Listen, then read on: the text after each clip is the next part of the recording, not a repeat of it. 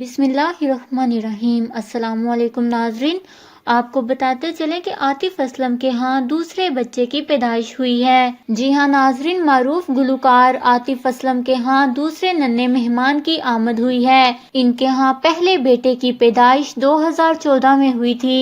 ناظرین، عاطف اسلم نے اپنے ہاں ننھے مہمان کی آمد کا اعلان سوشل میڈیا اکاؤنٹس کے ذریعے کیا اور مداحوں کو خوشخبری سنائی۔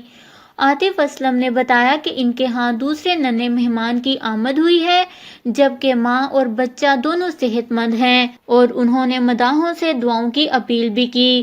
گلوکار نے ننھے مہمان کا نام نہیں بتایا، تاہم انہوں نے بیٹے کی تصویر شیئر کی اور مداحوں کو کہا کہ وہ ماشاءاللہ کہنا نہ بھولیں۔ ناظرین، یاد رہے کہ عاطف اسلم نے 2013 میں سارہ سے شادی کی تھی اور ان کے ہاں شادی کے اگلے ہی سال 2014 میں پہلے بچے کی پیدائش ہوئی تھی۔ اس پیارے جوڑے کے ہاں پہلا بیٹا احد ہوا تھا، جو اس وقت 5 سال کا ہو چکا ہے، اور اب عاطف اسلم ایک اور بچے کے باپ بن چکے ہیں۔ اللہ تعالیٰ ان کو ہمیشہ خوش رکھے، آمین۔